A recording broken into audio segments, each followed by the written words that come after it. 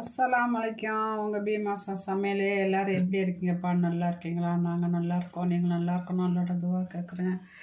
உங்கள் வீட்டில் மழை இருக்கா? மார்கழி மாதம் எங்கள் ஊரில் நேரத்துலாம் நல்லா மழை பெய்ஞ்சிச்சு.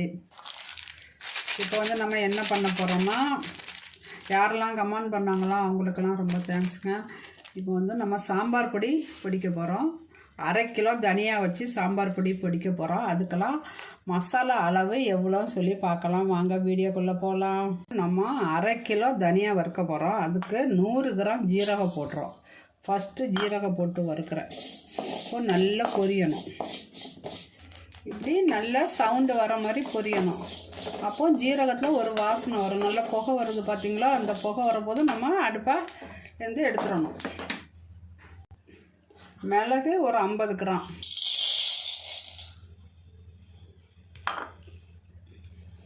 இது அதே மாதிரி புகை வர மாதிரி வறுத்து எடுத்துட வேண்டியதான்.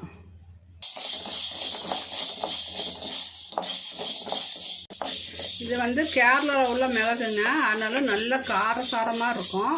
அதனால 50 கிராம் போட்டிருக்கேன். இந்த மிளகு கூட நம்மள்ட்ட சேல் பண்ணுறோம்.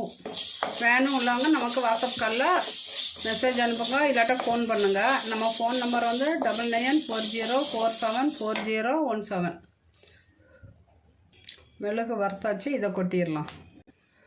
35 கிராம் வெந்தயம். இது சிம்மில் வச்சு சிகப்பாக வறுக்கணும்.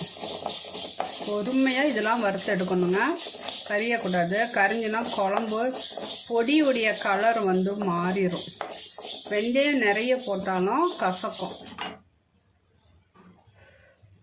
இது பாருங்க, நல்லா பொரியுது பாருங்கள். அடுப்பில் சிம்மில் வச்சுட்டு இதை இறக்கி நம்ம கொட்டிடலாம். 30 கிராம் கடுகு. கடுகு பாருங்கள் நல்லா பொரிஞ்சிச்சு. அவ்வளோதான். 200 கிராம் பருப்பு.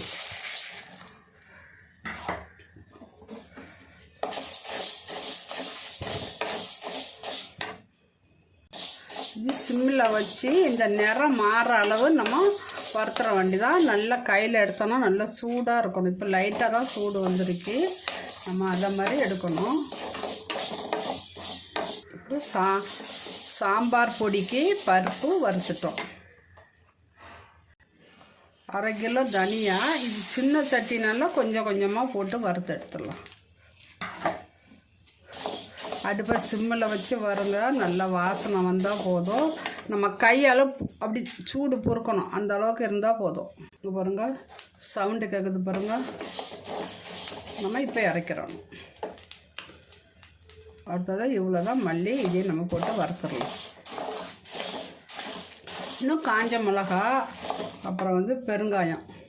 30 கிராம் பெருங்காயம் எடுத்து வச்சுருக்கேன். இது மஞ்சத்தூள். இது மஞ்சத்தூள் வீட்டில் அரைச்ச மஞ்சத்தூள்.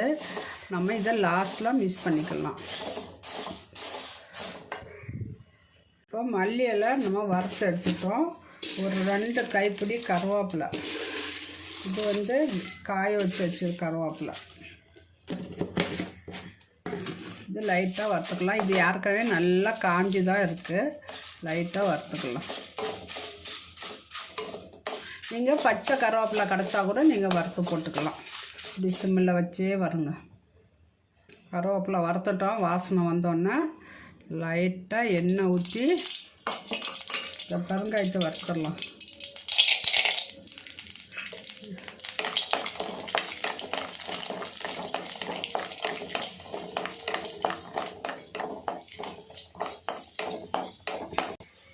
பெருங்காயம் பாருங்கள் நல்லா பொரியுது.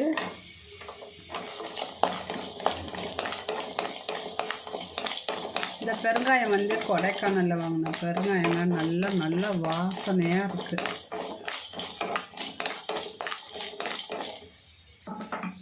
இதை தட்டிடலாம்.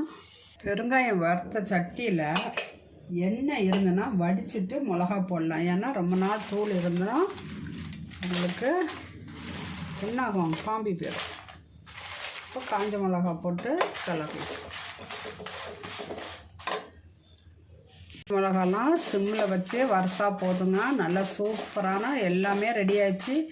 20 நிமிஷத்துலேயே எல்லாமே நம்ம வறுத்துட்டோங்க. பொறுமையாக இல்லாட்டா நல்லா உங்களுக்கு வறுக்க முடியல, ரொம்ப கஷ்டமாக இருக்குன்னா எல்லாத்தையும் நீங்கள் வெயிலில் காய வச்சுக்கலாம். நம்ம வெயிலில் காய வைக்கிறதுக்கு நம்ம வெயில் இல்லை, இப்போது மழையாக இருக்குது, மார்கழி மாதம் வர பனி வர வெயில் உரைக்கவே இல்லைப்பா. அதனால நம்ம சூடாயிடுச்சு. இதை நம்ம எடுத்துடலாம். பாருங்க, இதையும் நல்லா வறுத்தாச்சுங்க. இப்போ நம்ம எல்லாம் ஆறின பிறகு நம்ம மிஷினில் கொடுத்து நம்ம திரிச்சிட்டு வரலாம். திரிச்சிட்டு வந்து பவுட்ரு எப்படி இருக்குன்னு நான் உங்கள்கிட்ட காட்டுறேன். பாருங்க, நம்ம எல்லாம் வறுத்துட்டோம்.